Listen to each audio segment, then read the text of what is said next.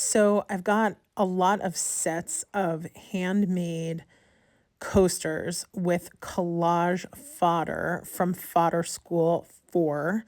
I've got my December Fodder School 4 lessons with Sally Hirst, and I have managed to make at this point 11 sets of these coasters, and I'm in love with the coasters. But I'm very, very nervous actually about gifting them because I know how people's taste is just all over the place, and some people are going to love the kind of art that we create in Fodder School, and other people are going to not appreciate it at all. But I'm going to force myself this year to actually gift these coasters to my friends, and we're actually meeting up tonight at a holiday party. So I'm just trying to figure out, how am I going to package these up? One option would be to make a paper belly band, but I kind of like the idea of using a fabric tie of some sort just to give these an added layer of texture. And it just so happens that I have the perfect color fabric that tears. So not all fabric tears, but a lot does.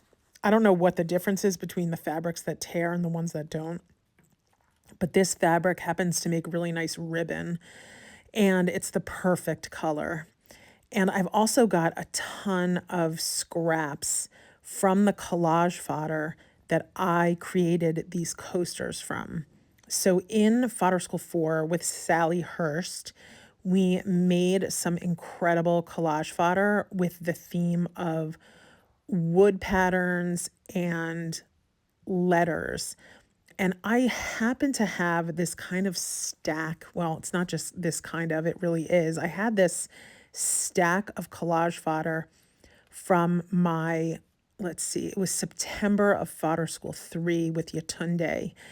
And I had this really great, just leftover wipe off paper, which is a big part of the process.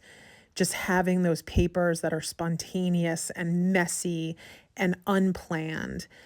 And that's how I ended up making this set of coasters, or these sets. I ended up with 4 sets of coasters just from the collage fodder that was left over from that lesson, the wipe off paper fodder. And so I had all these little scraps you can see in the lower right-hand corner. I have all sorts of scraps that are left over from actually making the coasters themselves. And I thought, you know what, let me see if I can make some handmade tags to go along with this hand-torn ribbon. And it turns out that it's just absolutely magical once this starts to come together. So I pulled out my packaging rubber stamps. So back in Fodder School 2, I invested in my own like my own, what would you call it?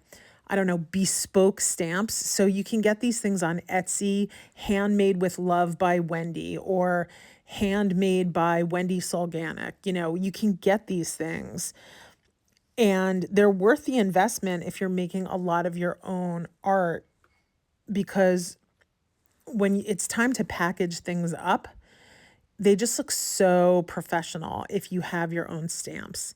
So back in Fodder School, what was it? Fodder School 2, we made sets of greeting cards, and we use these stamps to package up the greeting cards. But, you know, you invest in this once and you're going to have this basically for life. So I pulled my personalized rubber stamps out, and I started using them to create tags. And then I have this other rubber stamp that explains that this is a handmade item and that it's very imperfect and that its imperfections are part of the charm. And it's a funny story, but I had this stamp years ago, like over 25 years ago, this stamp right here. So I had this same stamp, like I said, 25 years ago. And there was a period of my life where I did not know that I was going to be making my own art again. And I went and I got rid of a ton of art supplies like a dummy. I will never do that again. And I got rid of my stamp that said, this is a handmade item, like this exact same stamp. I owned this stamp 25 years ago. And so, anyway, when I was making the card sets, I thought, you know what, let me see if I can find that rubber stamp again. And sure enough, it's still being manufactured, and I was able to locate it and purchase it again because it truly is the perfect complement to any handmade gift to have something stamped that explains that, hey, this is going to be imperfect and it's okay. And if you struggle with perfectionism like I do, there's just something incredibly scary about gifting your own art to people. But somehow putting the wrapping on has made this, it's like transformed this experience for me. So prior to creating the ribbon and the tags, I was very uncertain about showing up at this party with the coaster sets because again, it's just like you never know like who's going to appreciate these gifts and who's not. And it's kind of like the worst feeling would be thinking that somebody pretended that they wanted one of these coaster sets and then went home and like threw them away. That's like a huge fear I have because each set takes a very long time to create and they're not inexpensive. Like just the materials involved are not inexpensive. So when I gift these, I'm going to tell people like you are under no obligation to take a set of these home. In fact, like if you don't want one, if this is not your vibe, then I would rather you just say like this is not my vibe. I would not appreciate this gift and don't take it because I don't know. I would just rather people be honest with me, I think, than take a set and be like, "Oh, thank you." Cuz I've been gifted art in the past and I know that people who've gifted me art in the past, they wanted me to love that art, but I have been gifted some art that it's like absolutely the opposite of my vibe. And I felt like so bad. Like I never hung up the art. I put it in my basement. It sat there for years collecting dust. Eventually I donated it and I just felt so bad. I don't know. It was just like a weird feeling like someone spent really good money on buying me this art and it's a creepy feeling. I don't know. There's maybe it's because my parents were depression era kids that it's like the thought of like wasted resources on something that you don't want. I don't know. I have a lot of hangups about gifting. I don't often give gifts that are not just straight up money because I have so many hangups about getting people something that they really want. So I'd rather just give people money as a gift if I have to give a gift. But anyway, I'm trying to put myself out there and just do what I consider to be like low stakes giftable things. And again, with the precondition that they are under no obligation to like the gift or keep the gift and that they are free to just say no if it isn't their vibe. Anyway, so I think that I just fell madly in love with these tags out of this absolute crazy collage fodder that was left over from that Yatunde lesson. If you're wondering what all the images are on that collage fodder, or a lot of them come from art foamies. So that lesson that we did back in September with Yatunde, we were doing block printing on fabric and turning the fabric into plant cozies, and it came out incredible. Like it was one of the most fun projects ever, I think.